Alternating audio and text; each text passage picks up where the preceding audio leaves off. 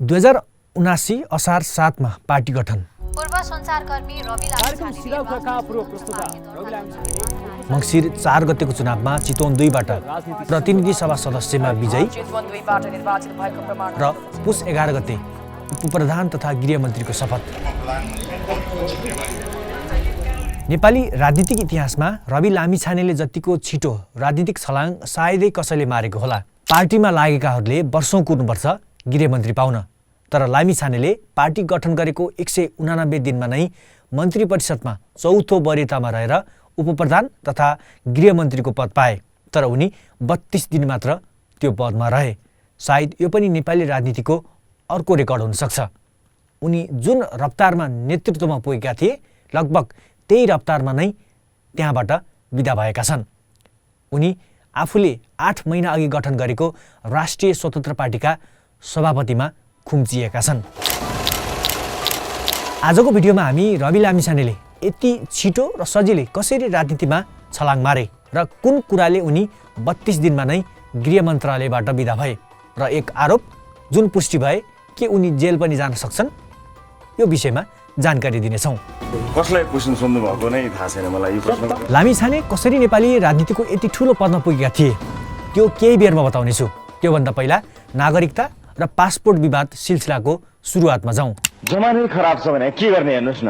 म आफूलाई निकै बाठो मान्छे भन्ठान्थेँ, तर आज म यति राम्रो छ फसेँ कि। सञ्चारकर्ममा लागिरहेका लामिछाने सन् 2002 अर्थात् विक्रमसँग 2058 तिर पहिलो पटक अमेरिका पुगेका थिए। उनी कला र सामाजिक विषयमाथि कार्यक्रम चलाउँथे। भिजिट भिसामा अमेरिका पुगेका लामिछानेले उतै बस्ने उपाय निकाल्दै त्यसलाई स्टुडेन्ट भिसामा बदल्न खोजे, तर उनी सफल भएनन्।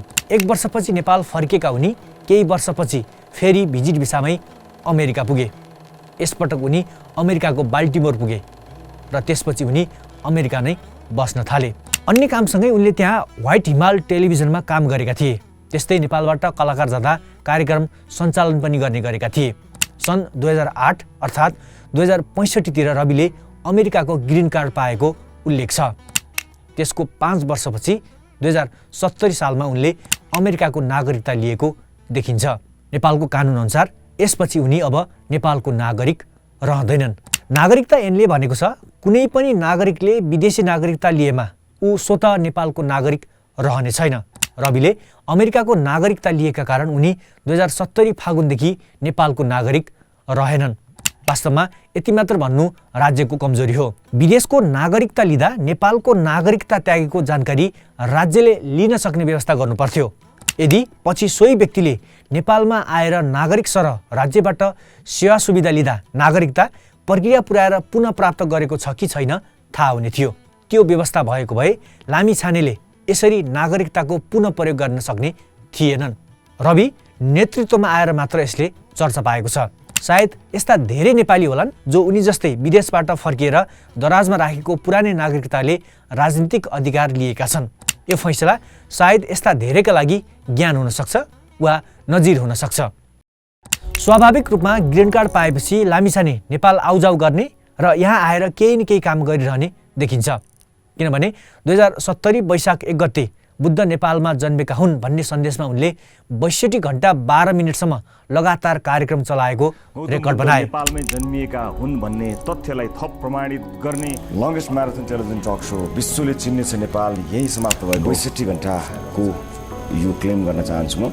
62 घण्टा। यो कार्यक्रम सकेर अमेरिका फर्केपछि उनले अमेरिकी नागरिकता र पासपोर्ट प्राप्त गरेका थिए। कार्यक्रम चलाएर अमेरिका फर्केका उनले फागुन 7 गते नागरिकता र 23 गते अमेरिकी पासपोर्ट प्राप्त गरेको देखिन्छ र फेरि 71 जेठमा अमेरिकी पासपोर्टमा नातेदार भिसा लगाएर नेपाल आएका रवि लामिछाने त्यसपछि अमेरिका फर्किएनन्, यतै काम थाले। नमस्कार, सिधा कुरा प्रधानमन्त्री। यहीँबाट सुरु हुन्छ रवि लामिछानेको कानुन उल्लङ्घनको श्रृङ्खला। उनले मुख्यतः 3 वटा कानुन उल्लङ्घन गरेको देखिन्छ।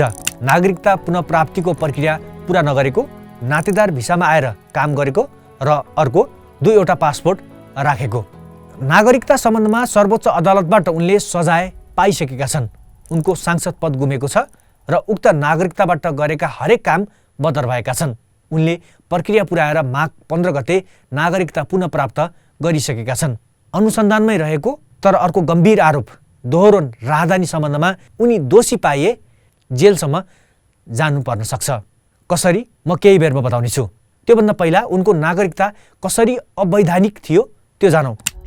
नागरिकता नियमावली 2063 पुनः नेपाली नागरिकता कायम गर्ने कार्यविधिमा नेपालको नागरिकता त्यागी विदेश गएको कुनै व्यक्तिले पुनः नागरिकता प्राप्त गर्न चाहेमा विदेशको नागरिकता त्यागेको प्रमाणसहित निजलाई पहिले नागरिकताको प्रमाणपत्र प्रदान गर्ने मन्त्रालय वा सम्बन्धित जिल्ला प्रशासन कार्यालय समक्ष अनुसूची 11 बमोजिमको ढाँचामा निवेदन दिनुपर्ने उल्लेख छ। रवि लामिछानेले प्रक्रिया पुर्याएको भए उनले पुरानो नागरिकता सजिलै पुनः प्राप्त गर्थे, तर उनले जानेनन्, बुझेनन् वा अटेरी गरे।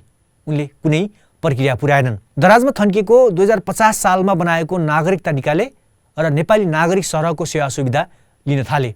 यो उनको अर्को गल्ती थियो।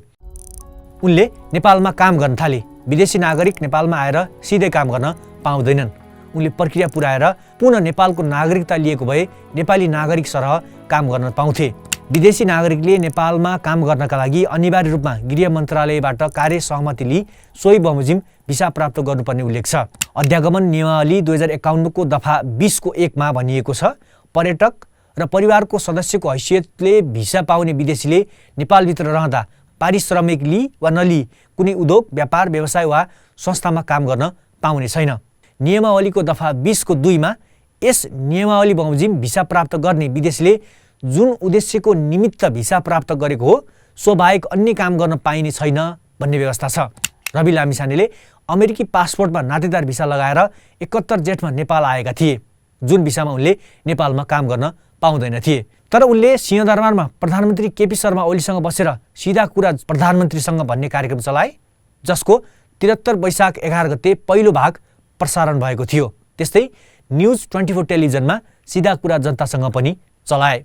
त्यति मात्र होइन, उनले पुरानो नागरिकताबाटै नेपालको नयाँ पासपोर्ट लिएको र अमेरिकी पासपोर्ट हुँदाहुँदै नेपालको पासपोर्ट लिएको गम्भीर आरोप छ, जुन प्रमाणित भए उनी जेलसम्म जान सक्छन्।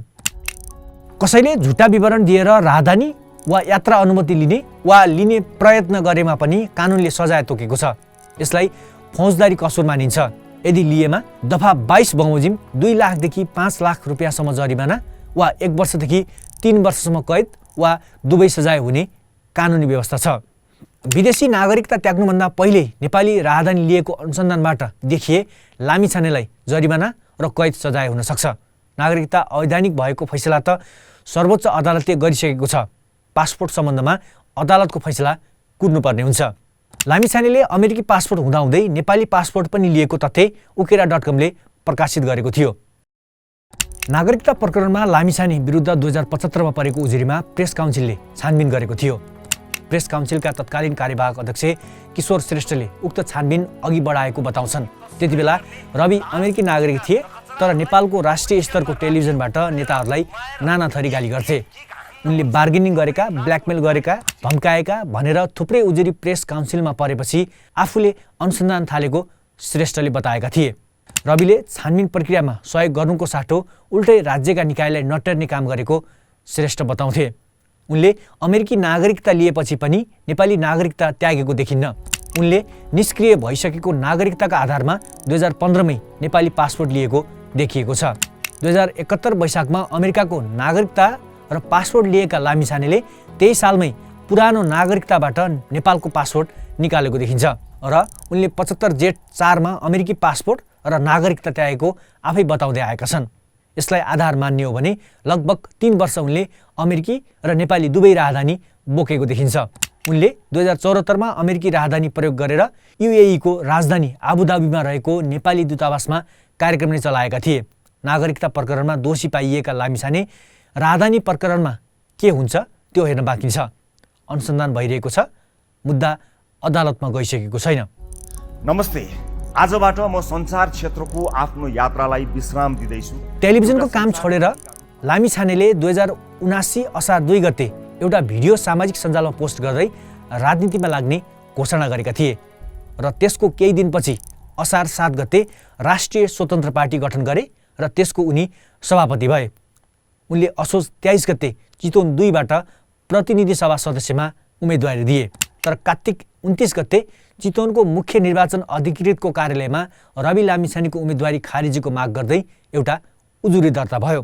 राजकुमार पाण्डेले दर्ता गरेको उजुरीमा राष्ट्रिय स्वतन्त्र पार्टीका उम्मेद्वार लामिछानेले अमेरिकाको नागरिकता नत्यागेका कारण उम्मेदवारी खारिजी हुनुपर्ने माग गरिएको थियो।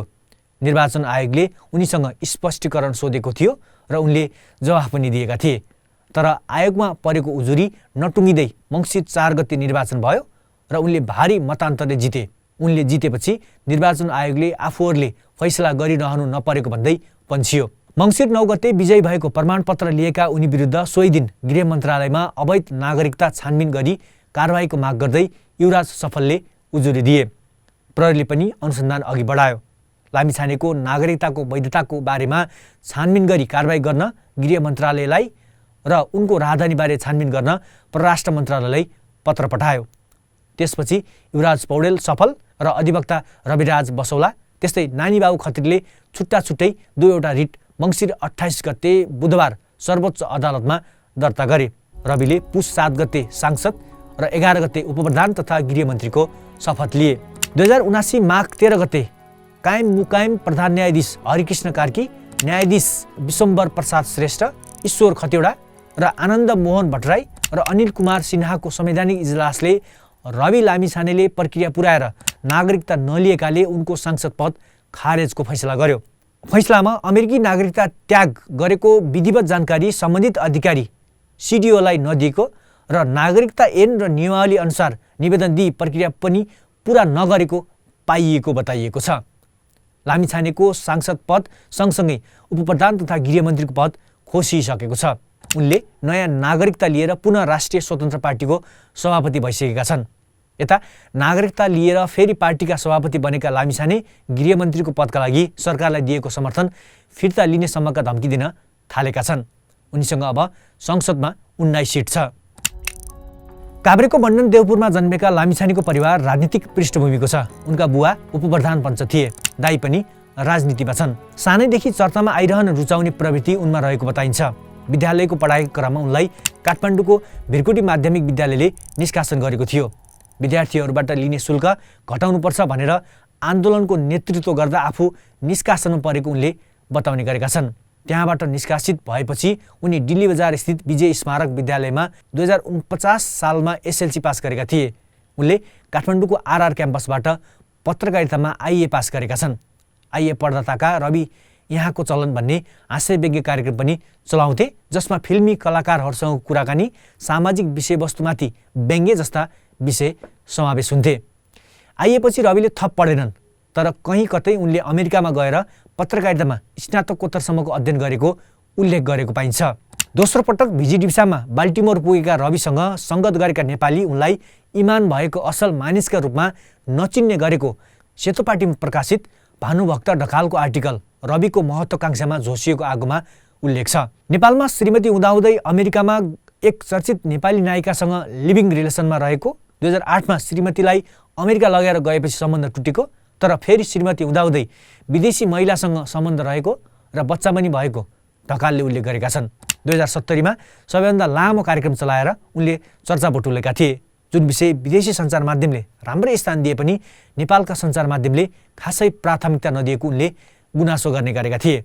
उनले केपी शर्मा ओलीसँग सिधा कुरा प्रधानमन्त्रीसँग भन्ने कार्यक्रम चलाएका थिए, तर त्यसपछिका प्रधानमन्त्री पुष्पकमल दाहालले उनलाई हटाएर अर्कालाई सञ्चालक बनाएपछि उनको चर्चा थप चुलियो। त्यहाँबाट उनी न्युज 24 च्यानलमा पुगे। उक्त च्यानलमा उनले सञ्चालन गरेको सिधा कुरा जनतासँग भन्ने कार्यक्रमले उनी आम मान्छेको नजरमा चिनिए। उनको कार्यक्रम सञ्चालन गर्ने आक्रामक तरिका धेरैले मन पराए।